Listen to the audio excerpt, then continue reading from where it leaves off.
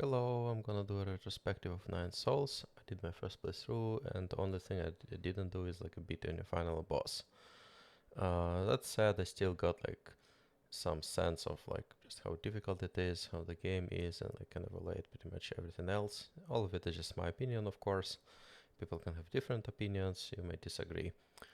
Uh, so, story atmosphere. It's pretty unique and they really put it time to develop something like interesting, which you uncover gradually, just to analyzing various like things on the map, talking with characters and completing quests, and even like fighting some bosses. One more note: the setting is like very dark. It's even like darker than games like Hollow Knight or so. But there are some moments of light sprinkled in, like when you interact with certain like friendly characters. They like did it to like probably like mix it up so it's not like totally like dark and hopeless. I think that would be like better if there are like more moments like this though, because it still feels like very dark in the end, and like especially if you like go for a like true ending plus like do completion style, you kind of like I wouldn't spoil too much, but like there are still some like good things happening, or you can choose to do so. But yeah, it's like if you don't like dark settings, maybe you just skip this one. Yeah, I quite like that it has a true ending, but it's like hard to achieve, like not because of prerequisites, but mainly because of like the final boss is the third phase. It's already pretty difficult. Kick my ass on the like first phase pretty much. Um, so it could do prerequisites more or less naturally, but I still recommend checking some spoilers just to make sure you don't like miss it. But don't check it like immediately. Maybe check like a bit later. Uh, it's like pretty gloomy starting from the start, and kind of showing decayed and infected world. And main character is kind of acts as like a cleaner, I would say. But he has some like interesting backstory too, which you like learn like pretty much towards the end. So I totally recommend like exploring it on yourself and like don't just read in the wikis. Mechanics. The game focuses heavily on like parries, and there's this internal damage if you do like imperfect parry. Hollow Knight style combat won't get you very far. I tried, and like even the basic like mobs can like kill me. Like not even talking about some like significant bosses. Even like the first significant boss will kicked my butt and send me to on a journey to like power up more and get good. So there are three types of parries: regular, Daichi kick. It's like a green crimson attack where you just jump and like press LB on the joystick to like interrupt it, and unbounded counter, which you need to like charge it and like time the release. The latter is the hardest to master, but also like most rewarding. It's inflict internal damage. It can be like counter any attack. And then there's talisman explosion, which you can like put a talisman mark and like explode it. There are like various like ways you can explode it. You can upgrade them later, but generally you need to keep pressing something for some time. Movement abilities progression is not a standard for Metroidvania. For example, double jump is like you don't just like get it easily. It's locked behind certain bosses, and they're pretty hard. So some areas you like would be off limits for quite some time. You cannot cling to any walls. Instead, like there are some walls you can just like run on and cling to, but like some are not, and this is like doesn't change. Um, but then like things like dash, like are also available. But for example, dash in the air is not something available by default, but you unlock it later. The game does a good job with baked-in tutorials. Like once you get an ability, you're also given like some tutorial to like how to execute it and some practice, which you like need to complete to in order to progress. And bosses require you to master mechanics, especially like later, for example, unbounded counter. Then money upgrades like jades or like skill tree are more or less like standard compared to the genre. Um, so there are some things that I didn't quite figure out. For example, there are some like Shuan coin, which you like buy for 100, can recycle for 2000, but it's like kind of a dick move, although they even give you achievement for that. which I didn't take. So I don't know if it matters, but yeah, there are some like basically choices you can decide to take or not to take.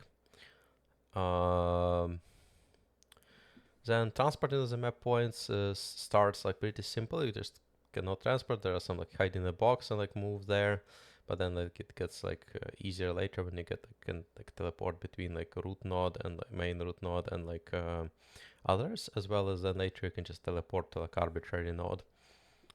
Uh, difficulty. I assume you're playing a standard difficulty, so honestly, I think it should have been like a hard difficulty.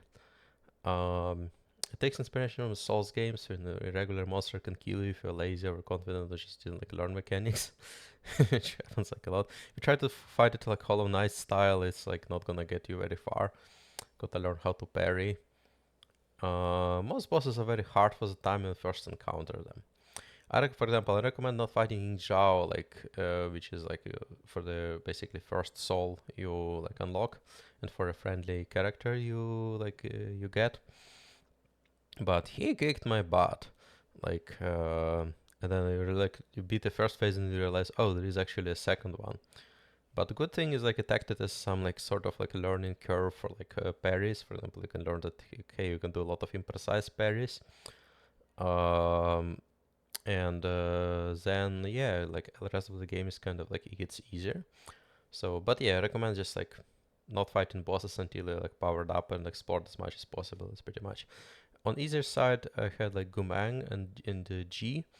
Gumang is mostly though I like didn't get to her when I first could because I didn't know you can like charge strike the bells. Um, so I got there like roughly overpowered and got it like first try. G is like took some time, but still, so like maybe like half an hour or less. Also not too bad when you get them, but other bosses are like pretty insane, especially the final boss, like which I didn't beat.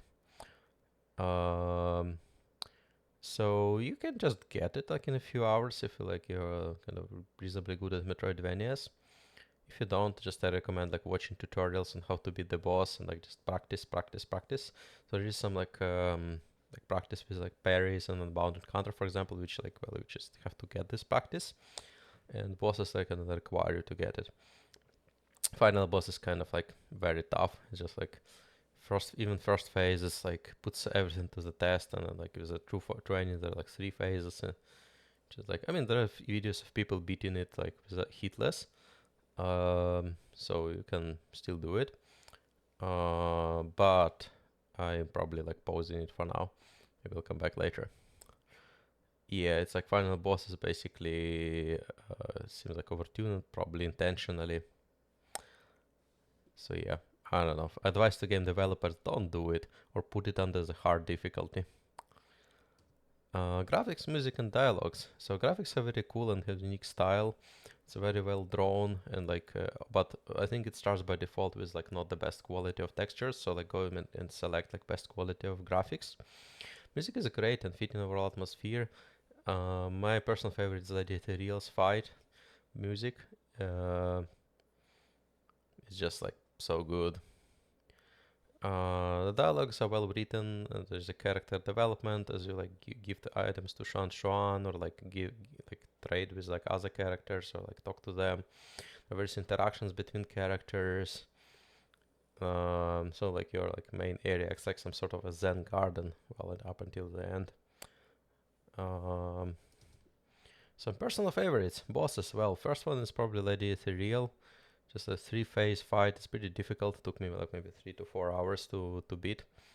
Um, but overall, it's like atmosphere, attacks, and but when you get it, it's like so satisfying. I think you just need to get good, but it just like gets a bit harder because like second phase is like pretty difficult.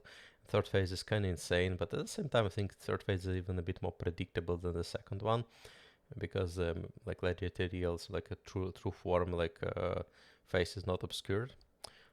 Second one probably put Jay Kwan.